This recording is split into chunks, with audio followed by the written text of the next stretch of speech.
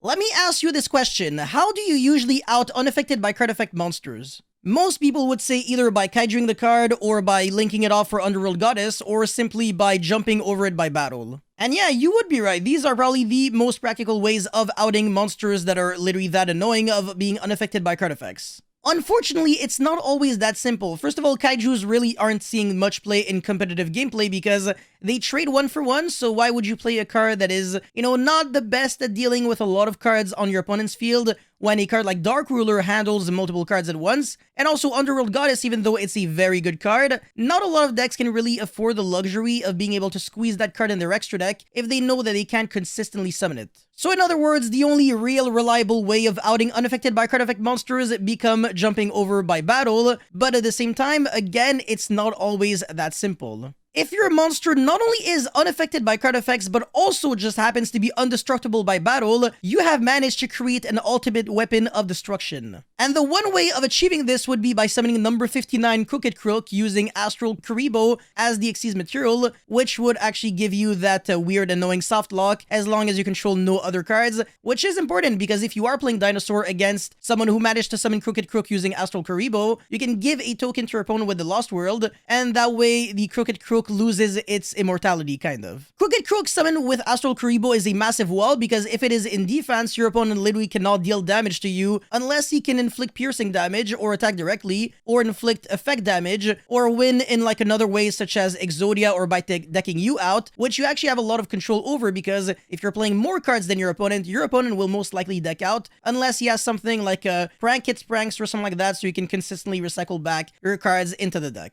But when it comes to the most competitively played decks such as Despia, Sword Soul, Punk, etc., these decks simply cannot handle the Crooked Crook plus Astral Karibo combination, so if you manage to summon that in either game 1, 2, or 3, you're honestly guaranteed a win. And the funny thing about this combo is that it's very reminiscent to the Mystic Mine deck out strategy because you're not really doing anything, you're just going pass, pass, pass, pass, pass, and your opponent is also doing that, but in theory, you're not negating anything your opponent is doing or preventing your opponent from doing anything outside of, I guess, attacking you directly, but at the same time, you're still shutting down a full mechanic of being able to, like, inflict damage in a way. But then again, most decks do not respect this combo and they will lose to absolute certainty in game 1 or 2 or 3 if you manage to summon this combo. So you are definitely in a very good position if you have studied the metagame and you know which decks lose to the combination of Astral Karibo, Crooked Crook, so that you can cite it against them in game 2 and 3, because I don't really recommend main decking this necessarily if you play against a deck like ABC, for example, which plays Underworld Goddess, or